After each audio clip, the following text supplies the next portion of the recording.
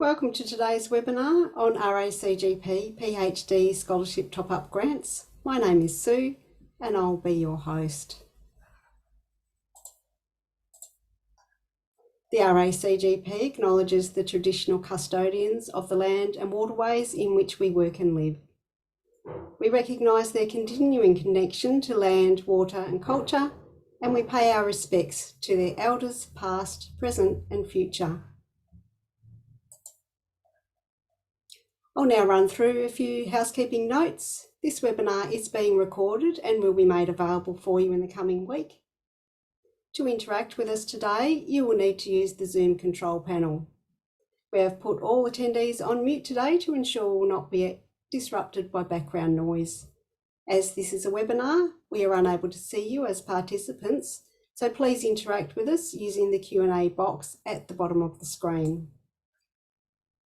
We have a dedicated Q&A session at the end of the webinar, but please ask questions throughout and we will try to answer them as we go. The RACGP Foundation is the philanthropic arm of the RACGP. The Foundation has enabled critical research in general practice by providing much needed funding, support and pathways for Australian GPs to undertake important research in their communities and to then translate that research into practice.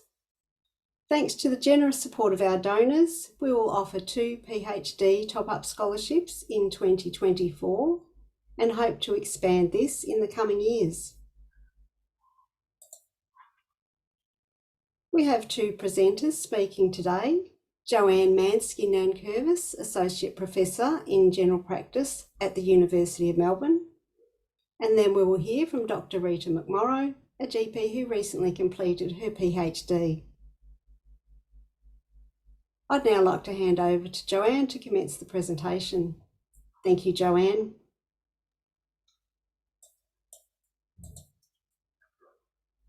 Okay, thanks very much for that, Sue. I'm delighted to be able to talk to you all today about this really important opportunity. So we all know that the majority of Australians receive all their medical care in general practice, but there's not as much research occurring in this setting as we would like. Undertaking a higher degree by research provides GPs and others with the opportunity to develop new research skills so that they can carry out high quality research and also be competitive to attract grant funding to enable them to undertake their research. But of course, we know that undertaking a PhD can be can have a significant financial impact. And so we're really delighted to be able to offer this opportunity.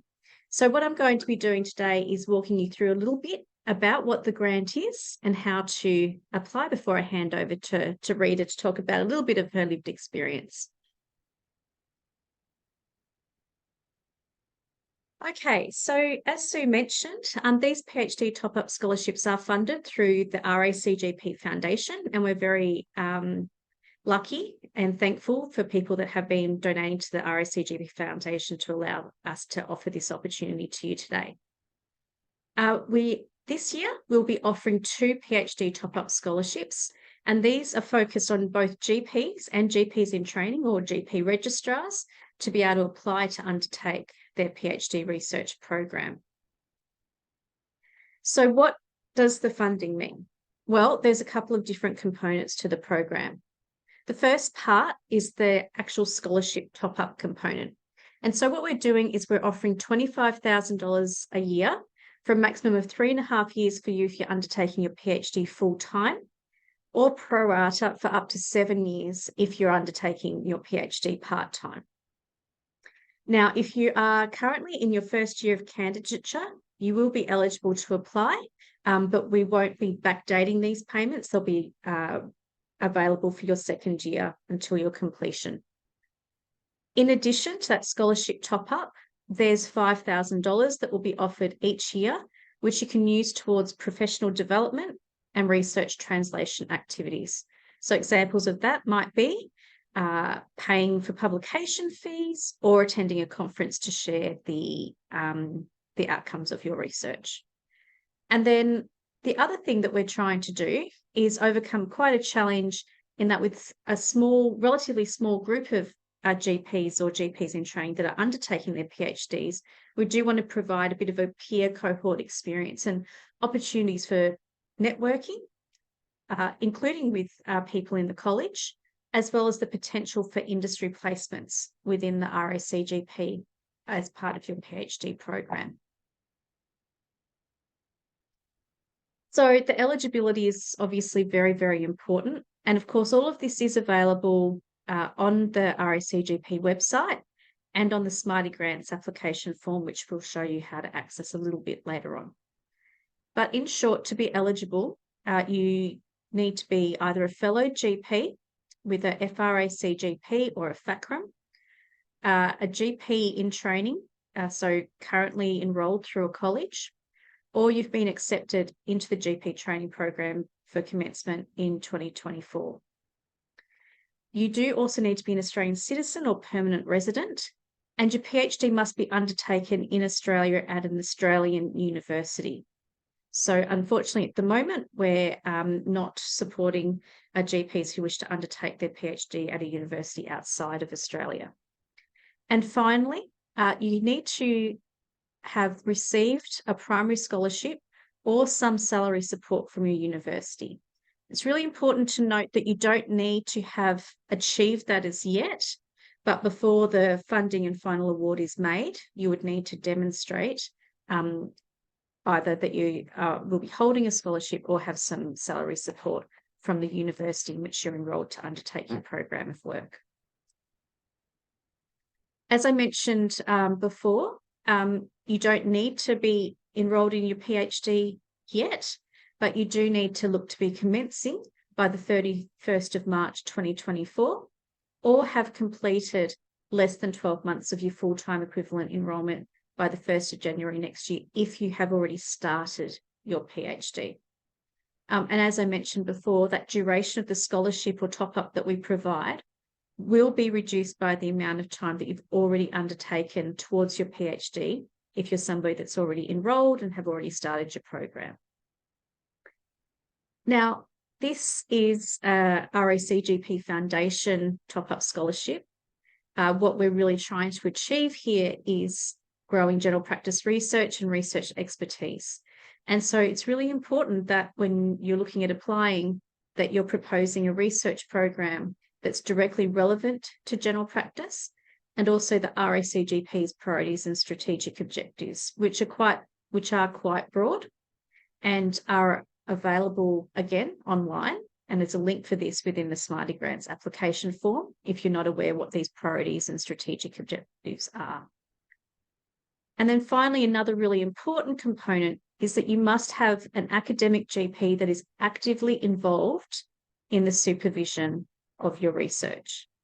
Now, that doesn't necessarily have to be your primary supervisor for your PhD, but they do need to be a supervisor and not just a mentor or somebody on an advisory panel. So it's really important for you to think about as you're planning your PhD, and particularly if you're thinking about applying for this opportunity that we're sharing with you today.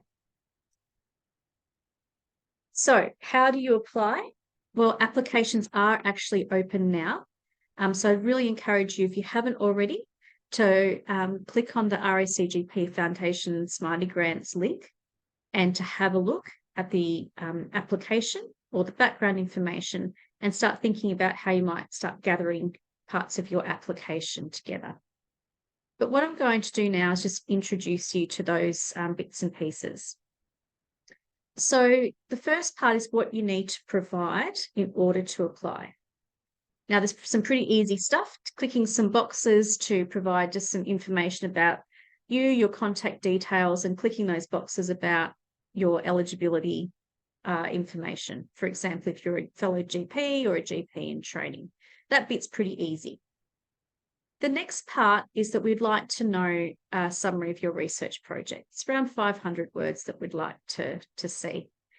Now, we know that if you're applying for your PhD, that you usually have your first year of your program to really define your research project in a lot of detail. We don't expect a lot of detail, but we'd like to know about what you're proposing to do.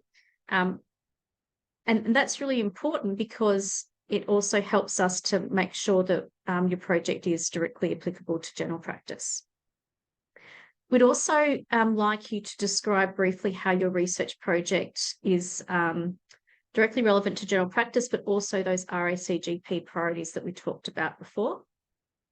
And then we'd like you to provide some details of any relevant research experience that you might have had to date.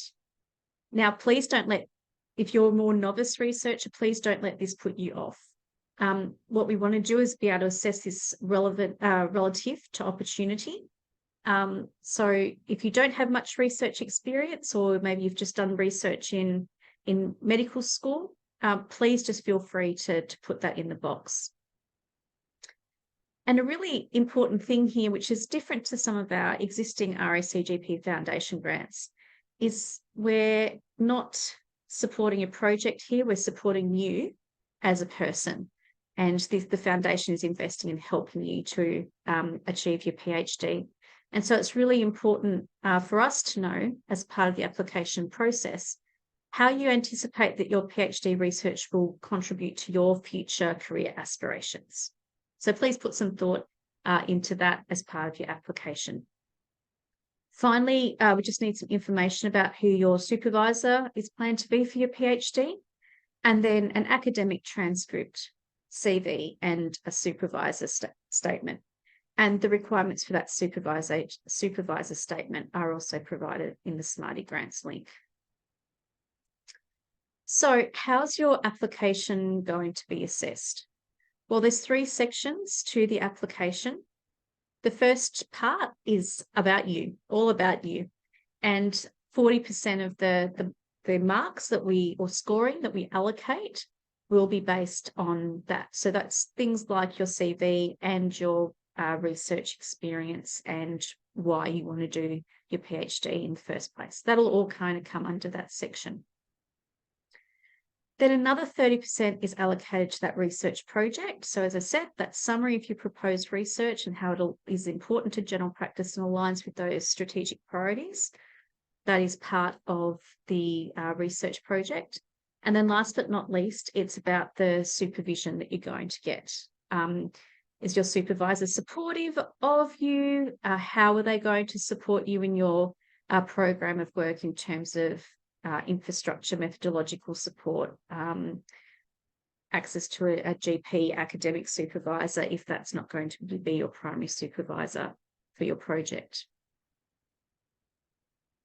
So again, suitability of the applicant, just to reiterate that, it's your academic record that will come through some of your transcripts, for instance, relevant research experience, that motivation, how you're going to contribute to future general practice research as part of that career aspiration.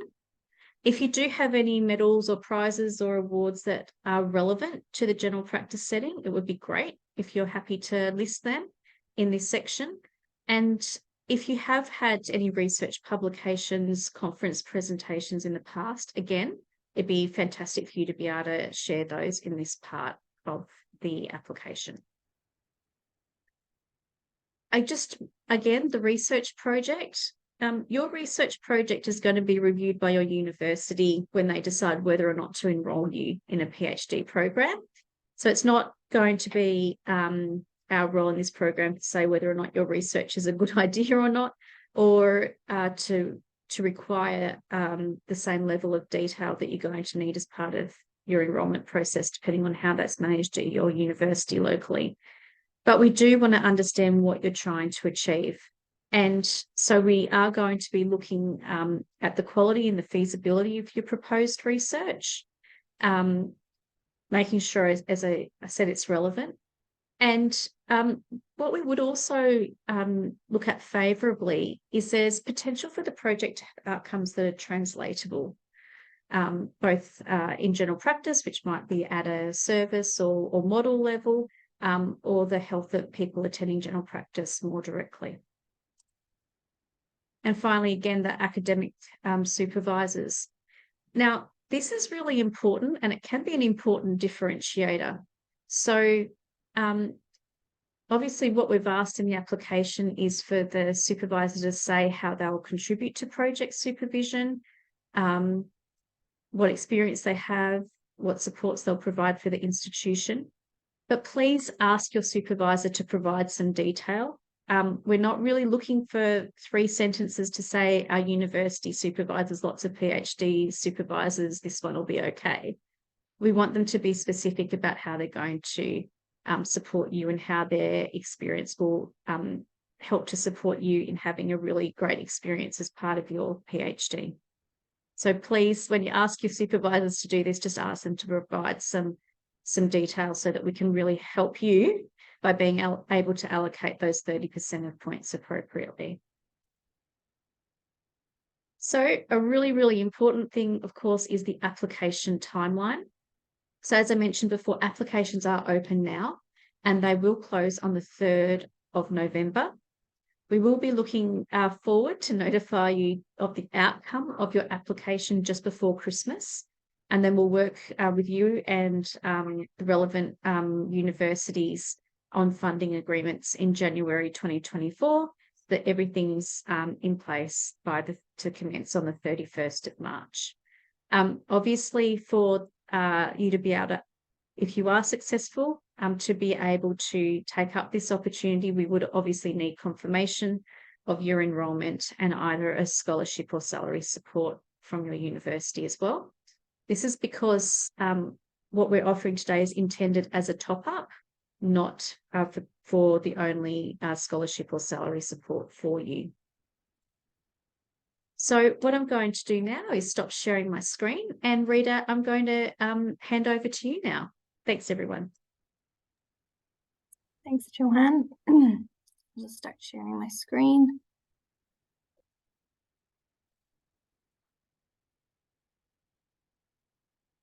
Great. So thank you very much for inviting me to speak today. And I just want to say that it's so exciting that these PhD top-up scholarships are available. And when I was telling my family that I was doing this talk today, they were saying, wow, that is something that would have been really helpful to you when you were doing your PhD. So I'll start by acknowledging the traditional owners of the land that I'm on. I'm on the land of the Wurundjeri people, and I pay my respects to elders past, present and emerging. So I'm a GP. I work as a GP in Parkville, and I completed my PhD earlier this year at the University of Melbourne. So what's a PhD all about, I guess? Well, if you followed me on social media, you would think my PhD was something like this. This was when we started working from home in March 2020, and I had this makeshift, desk going on. And then you'd think, just fast forward to March 2023, and I submitted my thesis and then graduated in August. But of course, there's a lot more to a PhD than just what you see on the outside. If you looked at my PhD from an academic point of view, this is what my PhD was. So it was a mixed method study exploring current general practice approaches to diabetes distress during diabetes care and trying to optimize them. And I used various different methods, including a systematic review, qualitative and some quantitative methods as well. But in reality, what did it actually look like? Well, this is kind of, what happened along the journey. Various different parts of the journey were important, and COVID being part of that as well. But I think 2 parts that were really important in my PhD journey were the first one, getting a PhD scholarship from Australian Rotary Health. And that happened actually before I had even applied for my PhD at the university. And I think the second really important part was when I got an RACGP Foundation grant. And I think this webinar today is really important to talk about funding from a PhD point of view. And I guess looking at my entire PhD journey, sometimes it looks like it was a bit of a roller coaster. But actually, when I think about it, it was more a bit of balance. And the main things, that I needed in my PhD was periods of lots of hard work, periods of rest, lots and lots of planning even before I started my PhD, lots of reading, writing and presenting, and lots of feedback on my work. And I suppose when we think about the PhD funding, which is obviously what today is about, sometimes I think of it as a little bit of an elephant in the room, and that's why today's webinar is really important, because there's actually two elephants in the room when we think about research and doing a PhD. So the first one is your salary support, so your PhD stipend, and then the second part is actually funding to do the research. So as I mentioned, for my salary support, I had a Australian Rotary Health Scholarship. And in terms of funding to actually do the research, I had an RACGP Foundation grant. So where can you actually get funding for your PhD salary support or your PhD scholarship, or sometimes it's called a stipend? It's all referring to the same thing. It's basically your salary. So a couple of different options. When you apply to the university, your chosen institution, and if you get accepted, everyone gets kind of, if you're an Australian citizen, gets put in for a research training program scholarship. So that's one of the first ways, and that's automatic through when you apply to the university. A second way is through the NHMRC, and these are postgraduate scholarships which are awarded annually, and those applications open in April every year. And I think that that's a really important round, an important scheme for any GP who is considering doing a PhD. And within the universities, there are actually libraries of successful applications where you can look at previous PhD scholarship applications which were successful. I did apply for one of these. I wasn't successful, but I think every grant application you put in, whether you are successful or not, you learn something and you refine your question and your PhD proposal each time. The other opportunity for funding your salaries through these NHMRC accredited research training translation centres. So here at Melbourne we have MAC, but Monash Partners are another example of an NHMRC accredited research training centre, and a number of these have got programs for academic, clinician researchers who are undertaking a PhD. So just looking at your kind of local university and network and seeing if they do have a program similar to the MAC track. And of course, the RACG top-up, that's what today is all about. But really, what Joanne outlined, even though I haven't never done an RACGP top-up scholarship application, is very similar to what you need for any PhD scholarship application.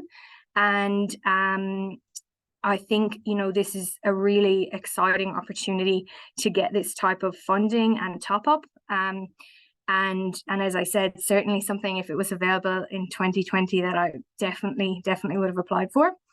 And I think what Joanne outlined may seem that there's a lot of different things that you need to put in the application. But again, as I said, every time you do an application like this, it refines your PhD proposal and your goals, and specifically this application, because it's looking at how the application and its relevance to general practice. And of course, as GPs, we always want to be doing research that is going to be applicable to our community, our general practice community, and the patients that we see.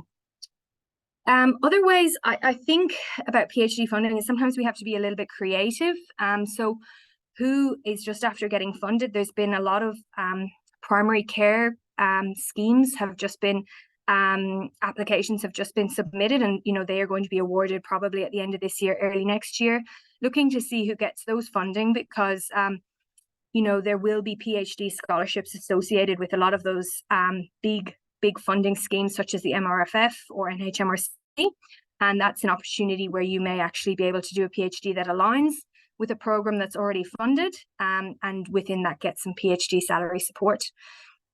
My PhD was funded through the Australian Rotary Health, so that's an organization here in Australia. And again, how I found out about that was not because I saw it advertised somewhere, but it was from speaking to my supervisor and speaking to my GP colleagues that I became aware of this grant, and that was the grant, the PhD grant that I was successful with. And then in terms of the research costs, so actually conducting your research, the RACGP Foundation research grants, which have recently been awarded for this year, are a really important place for us GP researchers to be able to start to develop our track record, and also to be, leading grant applications and using potentially some of that funding to support the actual research costs. So that's conducting the research, supporting people to participate in our research. I think the other place within your universities, there might be centres for research excellence that align with your project. So I was in a centre for research excellence that was funded by the NHMRC. And through that, I got funding to, publish, support some of the publishing of my papers from my PhD. But again, they often have, travel scholarships or other funding opportunities associated with those centres. So talking to your supervisor, your potential supervisor, about, are they part of a CRE? And, can you join it as a trainee? The PhD, the RACG PhD top-up, it's not only is there the kind of salary top-up, but there's also this money that can be used for your translation. So, attending things such as WONCA or other conferences. And I think that's another really exciting part about this scholarship top-up, is that it actually does supply some of that funding. There's always internal and university department grants that you can look into. But again, from the outset, those may not be advertised externally, and it's only once you're part of the department that you become aware of them. And again, asking colleagues, where did people fund their research through?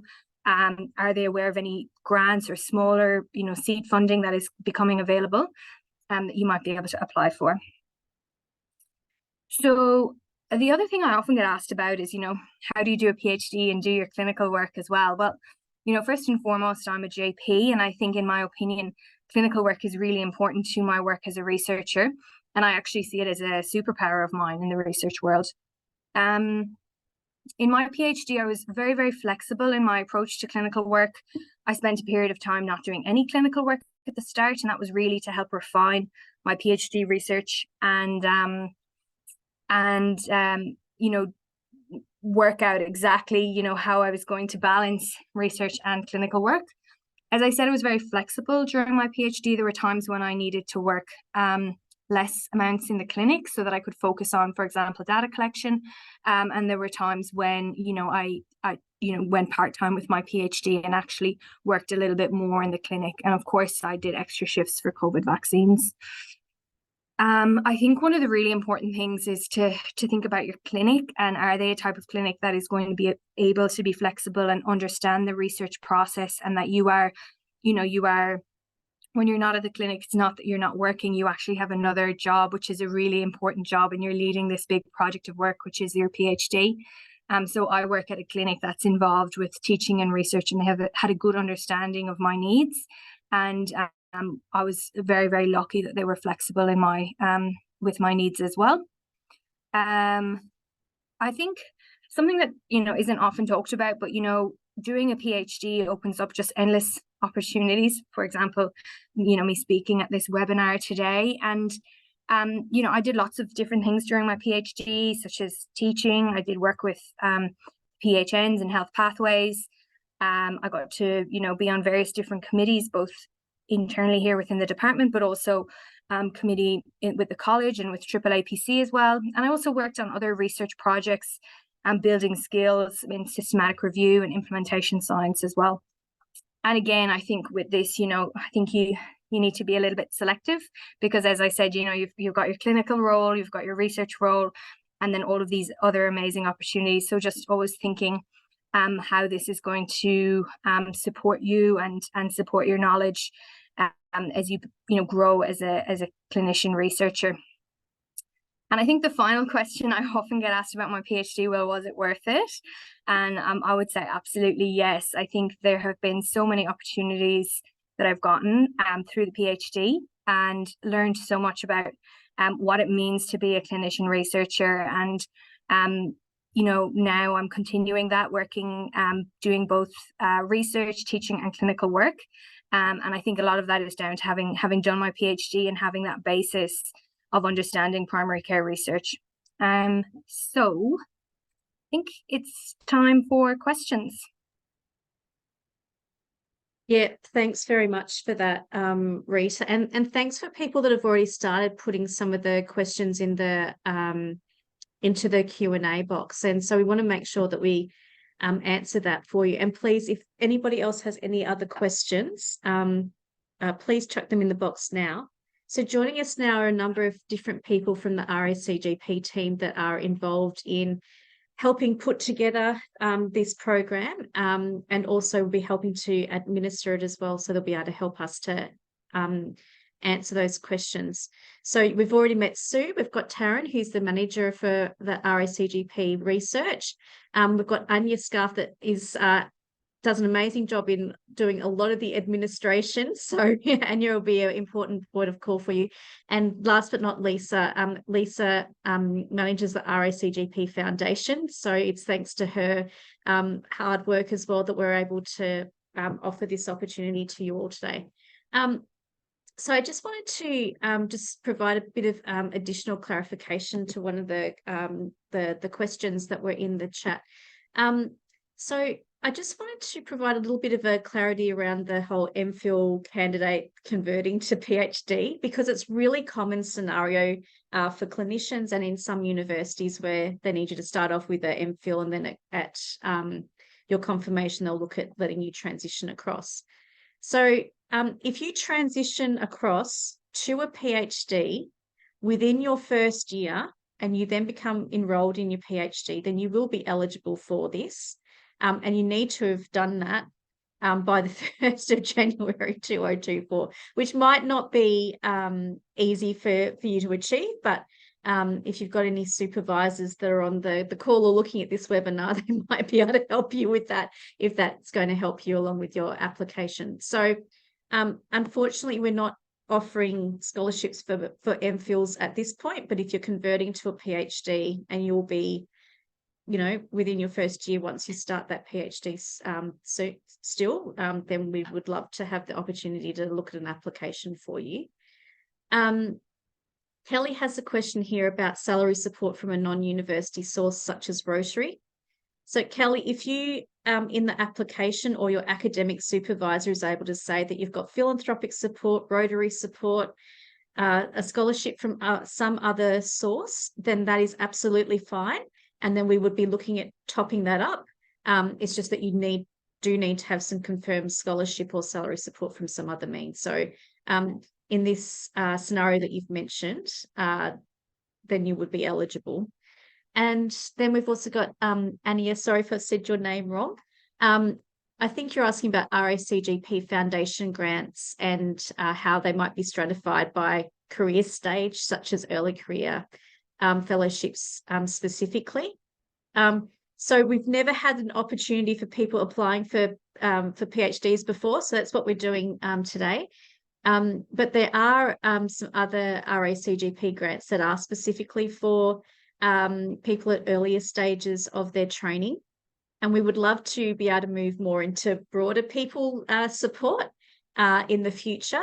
And so we're working hard on what the offerings and philanthropy around the RACGP Foundation might look like in the future. But obviously we would love to support early career researchers as well. Okay, so I don't know if Taryn or Anya or Lisa wanted to add anything further while we perhaps wait to see if there's some more questions coming in.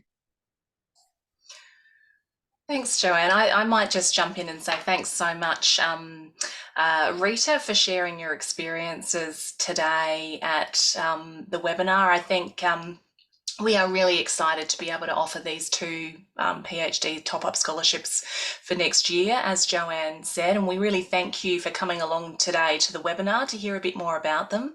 I want to really emphasise that if you've got more questions after today, please get in contact with us.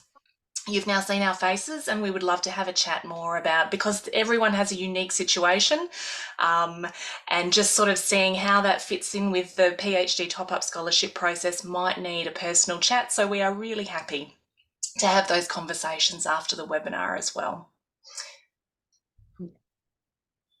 Excellent. So yes, there will be a recording of the webinar that is going to be made available to watch later.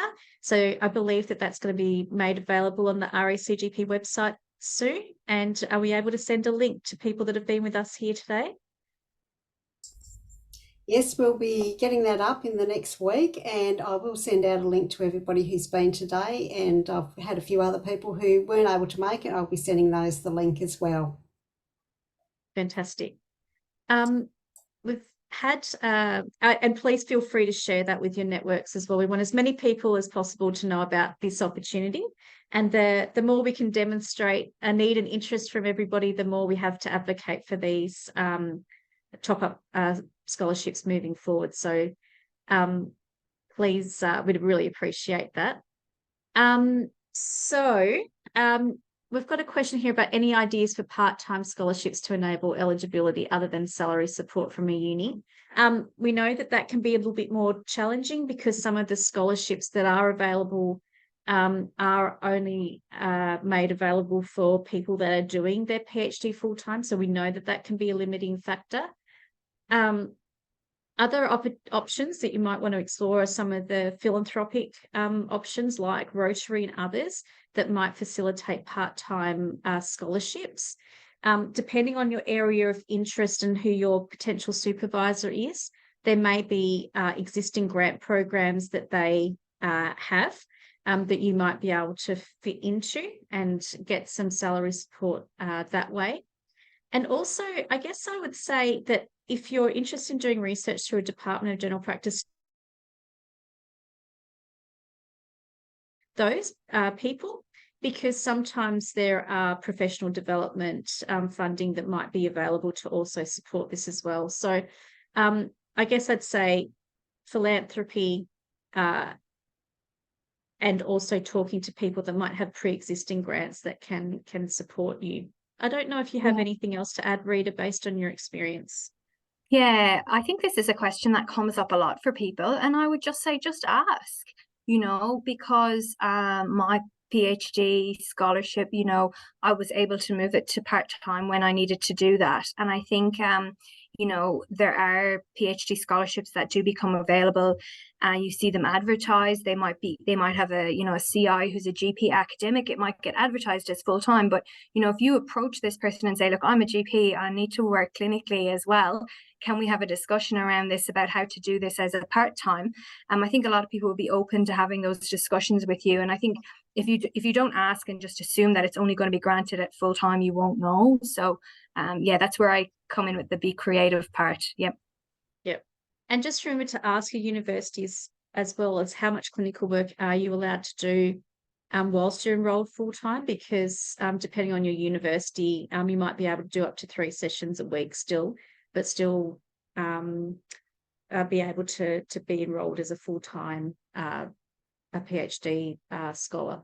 So that might be something that you also need just to see what the rules are at your university. In terms of the university term dates, Q2 are a few days after the 31st of March. Look, I'm sure we're not going to say somebody is not able to start based on a couple of days. I guess what we want to do is just make sure that people are starting earlier in that year. Some different universities have different rules, and we certainly wouldn't exclude anybody, I'm sure, based on a couple of days. And then finally, there's another question about considering offering the peer support network to all current GP PhD students, not just successful ones. GP academics are thin on the ground where you live. So Jessica, there is a bit of a group already in in existence. So if you wanted to perhaps provide your details, maybe you can feel free to email me. My email is jomn@unimelb.edu.au. Then I can link you in with an existing group of current GPs that are either doing their PhD now, are planning to do one, or have just recently finished. So we do acknowledge that people, not sure where you're based, Jessica, but there are people we know, particularly in rural areas or in some other areas where there might not be a department of general practice and primary care, that it can be difficult to find a GP academic as a supervisor. So we're also willing, we know lots of people where we've got the research committee at the RACGP. So we have those connections with lots of departments around the country. So if you're really struggling to find also a GP that might maybe not necessarily be your primary supervisor, but to provide some supervision on your project, then we're all here willing to help, because we all want to we want more GPs to develop this skill set, and we're very happy to help assist in any way we can.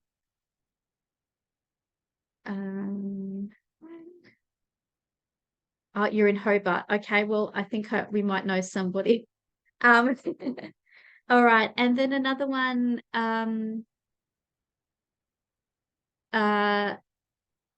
A GP high degree research student enrolled in a multidisciplinary centre led by other specialties, only one other GP.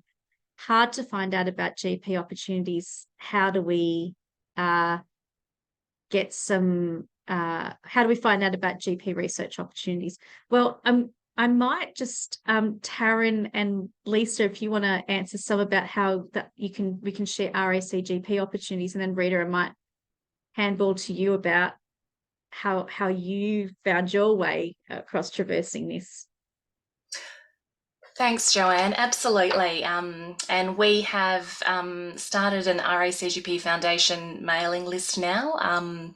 So if you would be happy to join that mailing list, what we do is we have a quarterly newsletter that goes out outlining opportunities and activities that are happening through RACGP and nationally. So things like the PhD top-up scholarships, the foundation grants, and awards are all promoted through that mailing list. So we would be absolutely keen to have you as a part of that. We also, on our RACGP web pages, have information about our research strategy, our webinars, and our foundation grants and activities as well. But we'd love to have all of you, if you're not already on that mailing list, joined up, and your feedback as well on if we're not covering the things that you would like to know about. What are some of the gaps that we could include? And finally, Lisa, do you want to just give a shout out about the general timing for RACGP Foundation calls? Because I think they're really important, especially for GPs that are doing their PhDs, and there's some that grants available that are a really great fit. Yep, sure. Just following up from Taryn's response, to subscribe to the mailing list, if you can just email your details to foundation@racgp.org.au and we'll pop you on that list. So you'll receive our GP research newsletter and any alerts regarding upcoming foundation grants and awards. In terms of our grants and awards, we have an annual grant round. That applications open early March, with most of those grant programs applications will close in May. If you do subscribe to the mailing list, you'll get the alert, so you'll know when they're about to open. But there are a couple of grants that are targeted to early career researchers, the FMCER grant and the Walpole Grieve Award, which supports early career researchers to travel for research or educational purposes. And hopefully in the coming year or two, we're able to offer more support for early career researchers. Great. All right. So I think we're almost at time. Sue, can I hand back to you? Absolutely. Thank you, Joanne. Yes, we are right on time, so we've done very well to have answered all the questions, I hope. But look, if anybody has any further questions, you can always email us at foundation@racgp.org.au. And look, I'd like to say a big thank you to Joanne and Rita for sharing your time and knowledge today. It's been really great. And thank you to everybody else for attending. I hope you've enjoyed the webinar, and we shall have it up online as soon as we can. Thanks, everyone.